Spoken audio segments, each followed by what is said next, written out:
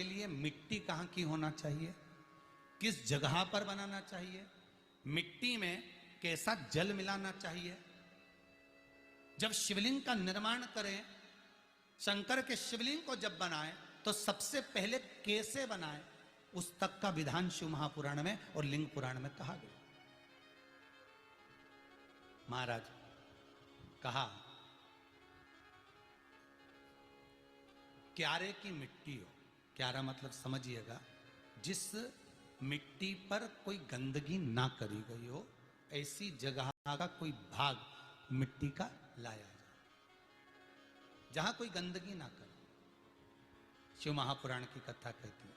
देखो पिछले वर्ष के लॉकडाउन से लेकर अभी तक की जो कथाएं आप लोग सुने हैं, उसमें शिवलिंग मट्टी का किस तरह से बनाया जाए और कैसी मट्टी हो और उसमें पानी कैसा मिलाया जाए, कैसा शिवलिंग तैयार करा जाए, उसका विधान वर्णन नहीं कर पाए, परंतु आज कथा निकली है तो उसको सुन लो।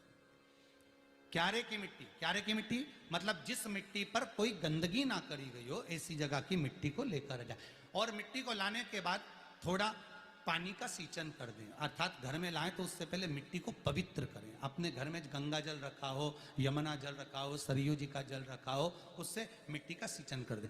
मान लो अगर ये जल नहीं भी है तो जल के अंदर थोड़ा सा इत्र डालकर मिट्टी का सींचन करो। अगर इत्र भी नहीं है तो जल के अंदर थोड़ा सा दूध डालकर मिट्टी का सींचन करो। दूध भी नहीं है तो एक बेलपत्री जल के अंदर डालकर उस पानी का सींचन करो। बेलपत्र भी नहीं है, पीपल का पत्ता डालकर उसका सींचन कर दे। पर मिट्टी पर घर में लाते से ही, ये नहीं कि मिट्टी आज लाए और तुमको शिवलिंग कल बनाना है, तो मिट्टी अगर 1 दिन पहले लाए हो, 2 दिन पहले लाए हो, 4 दिन पहले लाए हो, तो उसी दिन जल का सींचन होना चाहिए। ये नहीं कि जिस दिन बनाएंगे उस दिन सींचन होगा। मिट्टी पर पानी का छींटा, सींचन भले ज्यादा मत डालो, पर छींटा तो उस दिन लगा देना चाहिए जिस दिन घर में मिट्टी लेकर आए हो, जिस दिन लेकर। फिर भले तुम शिवलिंग 15 दिन बाद बनाओ, 8 दिन बाद बनाओ, 10 दिन बाद बनाओ, 3 दिन बाद बनाओ, पर उस समय पर मिट्टी का सींचन उस समय हो जाना चाहिए।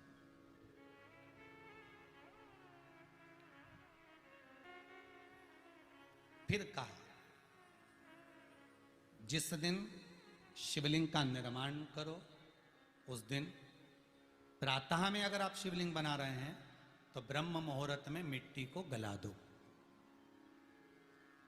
किस पानी से गलाना है उसका भी प्रमाण, उसका भी शास्त्र वर्णन करा। किस जल से गलाया जाए, शिव महापुराण की कथा कहती है अगर आपको आज शिवलिंग का निर्माण करना है, शाम को आप शिवलिंग का निर्माण कर रहे हो, तो अपने पानी का जो मटका होता है, हंडा होता है, रसोई घर में जहां पानी भर कर रखते हो, उसके नजदीक में एक कलश जिसमें अलग से ताजा जल भरा जाए और उस पर प्लेट ढकी हो और उस पर एक चावल का दाना रखा हो, उस जल को लेकर आओ। थोड़ी देर रखा रहे, आधा घंटा, 2 घंटा, 3 घंटा, 15 मिनट, 20 मिनट, पर वो पानी वहां रखा होना चाहिए। रसोई घर में अन्नपूर्णा का निवास होता है, परिंदे के पास पितरों का निवास होता है। अन्नपूर्णा, पित्र सब रसोई घर के भीतर विराजमान होते हैं। शास्त्र कहता है 33 कोटि देवता एक समय के लिए, एक क्षण के लिए हमारे रसोई घर में प्रवेश करते हैं। इसलिए रसोई घर को तुम पूरे घर को स्वच्छ रखो ना रखो, पूरे घर को तुम साफ रखो ना रखो, पर रसोई घर एकदम क्लीन होना चाहिए, साफ होना चाहिए, स्वच्छ होना चाहिए। आज के जमाने में तो खैर गया, पर पहले जब मट्टी के चूल्हे होते थे, जब चूल्हा बंद होता था तो उसको गीला कर कर, गोबर को या पानी में उसको गीला कर कर, एक कपड़े को गीला कर कर पूरे चौके को, रसोई घर को पोंछा जाता था। मिट्टी का होता था वो, तो भी उसको पोता लगाते थे, पोंछते थे।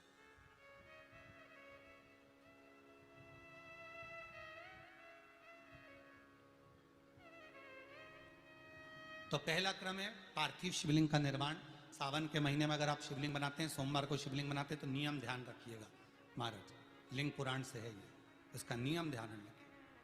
क्या करना है, मिट्टी को लाना है, जल का छींटा देना, छींटा जरूर देना, घर में लेकर आए और जल का छींटा होना जरूरी है। 2 दिन तक, 3 दिन तक मिट्टी रखी हुई है और उसके बाद अगर आपने पानी का छींटा नहीं दिया है और आपने डायरेक्ट मिट्टी को गला दिया और उसके बाद बनाया, तो उसका कोई प्रमाण नहीं। जल का छींटा अवश्य। फिर उसको रख दें, 15 दिन बाद बनाओ, बाद बनाओ, 3 दिन बाद बनाओ, 2 दिन बाद बनाओ। शिवलिंग जब बनाओ तब उस मिट्टी को, जो कलश आपने रसोई घर में रखा है चावल का दाना रखकर प्लेट के ऊपर, अर्थात उस कलश का जल उस मिट्टी में थोड़ा सा डालिए। क्यों डाला जाता है उसका भी भाव वर्णन किया है। अब भविष्य पुराण, स्कंद पुराण और अग्नि पुराण, इन तीनों से ले लिया गया। वर्णन किया गया, जब उस कलश का जल हम डालते हैं तो उस कलश में पितरों का भाव आ जाता है, अन्नपूर्णा का भाव आ जाता है, घर में लक्ष्मी का भाव आ जाता है, संपदा का भाव आ जाता है। पूरे 24 घंटे के अंदर एक क्षण के लिए रसोई घर में 33 कोटि देवता आते हैं, तो वो देवता का सारा भाव उस कलश के अंदर आ जाता है। और वो जल जब हम उस मिट्टी में लाते हैं तो गंगा, यमुना, सरयू, सरस्वती, ये 33 कोटि देवता में, तो इन सब का आनंद उस जल में आ जाता है। और वो जल जब हम मिट्टी में मिलाते हैं तो मिट्टी पवित्र हो जाती है, स्वयं कैलाश अधिपति को स्वीकार करने के लायक हो जाती है, निर्मित करने के लायक हो जाती है।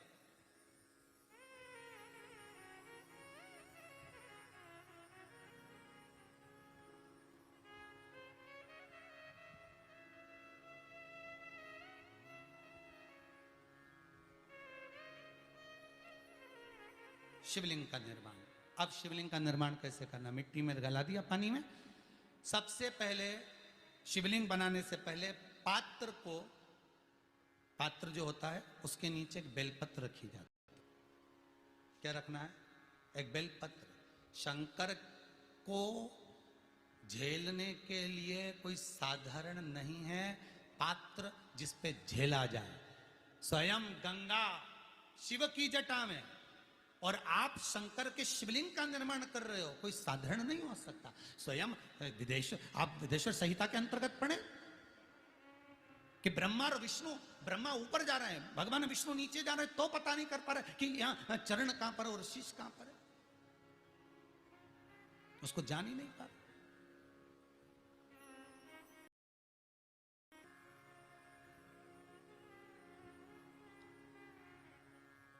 बस एक बेलपत्र साधारण भाव में, बेलपत्र भी सीधा भाग, और इस बेलपत्र की जो डंडी है वो उत्तर दिशा में रखना है थाली के अंतर्गत। जब आप शिवलिंग का निर्माण करें उत्तर, इसके ऊपर जो गलाई हुई मिट्टी है वो डाल दीजिए। और डालने के बाद सबसे पहले शिवलिंग का स्वरूप बनाना है। सबसे पहले नीचे की जलाधारी नहीं बनाना, क्या बनाना है? शिवलिंग का स्वरूप बनाना। बनाने के बाद उसी शिवलिंग के पास में और मिट्टी डाल लीजिए, फिर जलाधारी का निर्माण करें। फिर जलाधारी,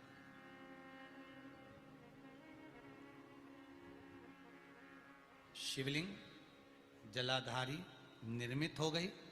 शंकर जी का संपूर्ण परिवार शिवलिंग में रहता है, आपको पहले भी कहा। भगवान भूत अधिपति भूतेश्वर भगवान शिव का संपूर्ण परिवार शिवलिंग में, पहले भी कथा में कहा, आज फिर आपको वर्णन कर देते हैं। जैसे ये जलाधारी है गोल, ये चरण है, ये शिवलिंग है। ये जो गोल भाग है जहां पर भगवान शंकर का शिवलिंग रखा है, ये पार्वती जी का हस्त कमल है। जहां से पानी नीचे गिर रहा है, इसके राइट भाग में श्री गणेश जी का स्थान, लेफ्ट भाग में श्री कार्तिकेय जी का स्थान। बीच में जो एक मोटी सी लाइन होती है जलाधारी में, वो पार्वती जी के सुंदर पुत्री अशोक सुंदरी का स्थान। शंकर जी के ऊपर जो तिकोनी रखी रहती है, उसके ऊपर से जो जल बूंद बूंद नीचे गिरता है, ये जो पानी बूंद बूंद नीचे गिरता है, या आप कलश से जल चढ़ाते हो या आप संगीत से जल चढ़ाते हो, तो ये जो पानी गिर रहा है, ये शंकर भगवान की 5 पुत्रियां, जया, विषहरा, शामरी बारी, दोतली और देव, ये शंकर जी की 5 बेटी, 5 पुत्री। कार्तिकेय भी है, गणेश भी हैं, अशोक सुंदरी भी है, शंकर जी की 5 बेटियां भी हैं, शंकर भी है और पार्वती भी। अर्थात शिव जी के परिवार में आपको गणेश जी की पूजन अलग करने जाने की जरूरत नहीं पड़ेगी, शंकर के परिवार में पार्वती जी की पूजन अलग करने जाने की जरूरत नहीं पड़ेगी, कार्तिकेय की पूजन अलग जाकर करने की जरूरत नहीं है। शंकर का परिवार शंकर के शिवलिंग के साथ में उस जलाधारी में संपूर्ण परिवार शंकर का विराजमान है, संपूर्ण परिवार, कुछ भी नहीं, संपूर्ण। और पूरा परिवार है महाराज। फिर वही बात आई, ध्यान दीजिएगा, जिस व्यक्ति को नींद ना आवे, रात्रि को सोते समय टेबलेट खाने की जरूरत नहीं, शंकर भगवान की 5 पुत्रियों का नाम लीजिए। जया, हाथ में जल लो, पलंग पर बैठो, जल हाथ में लिया, जया आचमन कर लो।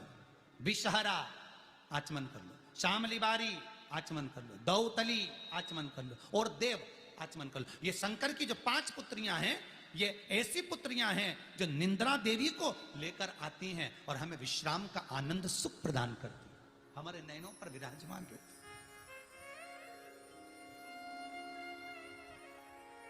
हाँ, यदि विवाह नहीं हो रहा, शादी नहीं हो रही है, बहुत समय से लगन देख रहे हो, शादी नहीं हो रही, बहुत समय से परेशान हो गए कि विवाह ही नहीं हो रहा, हम तो टेंशन में पड़ गए, लड़की 28 साल 30 साल का लड़का हो गया, विवाह नहीं हो रहा, कुछ मत करो। अष्टमी तिथि आए तो अशोक सुंदरी वाली जो जगह है वहां पर हल्दी की 7 बिंदियां लगा दो, लड़का लड़की का हाथ उस बिंदी पर रखवा दो, उसका नाम गोत्र बोलो, उसी हल्दी में उसके हाथ पीला करवा दो और पीपल के पेड़ पर उस हाथ के 5 छापे पड़वा दो। 3 महीने में विवाह पक्का हो जाता है महाराज। उसका इतना, अशोक सुंदरी के उस हल्दी का इतना प्रमाण।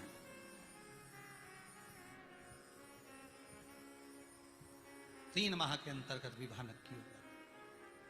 इतना इतना प्रमाण है महाराज। भगवान शिव की आराधना का कोई साधारण फल है महाराज।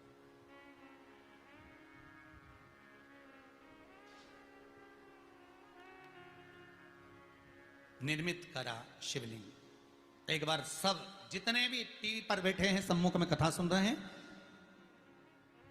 फेसबुक यूट्यूब पर सुन रहे हैं, एक बार साथ में समझें वापिस निर्माण को, शिवलिंग के निर्माण को। मिट्टी लाए, स्वच्छ जगह की, जल का छींटा दिया, रखा। जब शिवलिंग बनाया तो 1 कलश पानी पहले से 2 घंटा, आधा घंटा, 15 मिनट, 20 मिनट पहले उसको रख दिया। उसी पानी से उसको गीला करा। गीला करने के बाद उसका सबसे पहले बेलपत्री, बेलपत्री के ऊपर मिट्टी, मिट्टी के ऊपर रखकर शिवलिंग का निर्माण, फिर जलाधारी का निर्माण और शिवलिंग का निर्माण पूर्ण होने के बाद में फिर बाबा का सुंदर भाव से आप श्रृंगार करें, अभिषेक करें, पूजन करें। और एक बात याद रखना, पार्थिव शिवलिंग का अगर निर्माण करा है तो आपको वो पार्थिव शिवलिंग को रात्रि होने से पहले विसर्जन होना जरूरी है। हाँ, अगर कोई शिवरात्रि का दिन है तो फिर आप पूरी रात रख सकते हो। हरतालिका तीज का दिन है, पूरी रात रख सकते हो। बड़ी तीज है, छोटी तीज है, आप शिवलिंग बनाए हो तो आप पूरी रात रख सकते हो। विशेष कोई उत्सव है, श्रावण का महीना है, पूरी रात रख सकते हो। पर बाकी के समय अगर आप शिवलिंग का निर्माण करें तो उसको सूर्यास्त होने के पहले आप उसको नदी में, जल में, जलाशय में विसर्जन करें। और ध्यान दीजिएगा, विसर्जन करते समय जब आप विसर्जन करें, पानी में अपने पात्र को, शिवलिंग को जब छोड़ें, उस समय पर ध्यान दीजिएगा कि शिवलिंग की जो जल की धार है, जिसका उत्तर की ओर जो जल की धार होती है, विसर्जन करते समय वो जल की धार अर्थात वो उत्तर का भाग हमारी ओर होना चाहिए और थाली इस तरह से पकड़ें कि वो भाग हमको जब डालें तो वो भाग हमको दिखे, थोड़ा सा नजर आए पानी में डालते समय। और जब वो थोड़ा भाग दिखता रहे, और जिसलिए आपने शिवलिंग बनाया, जिस कामना से आपने शिवलिंग बनाया है, वो कामना उस भाग को पानी में देखते देखते बोल दीजिए, वो कामना पूर्ण हो जाती है। इसको कहते हैं पार्थिव शिवलिंग का निर्माण करना और उसकी आराधना करना। उसकी आराधना कई लोग करते हैं, बना भी लेते हैं, पूजन भी करते हैं, और कई बार कहते हैं हमारा काम नहीं, तो उसमें भगवान का दोष नहीं है, दोष अपना देखो। आप आए नहीं, सुबह हो गई, मेरी पूजा की थाली धरी की धरी रहे। क्यों नहीं आए, किस लिए नहीं, वो हमें देखना।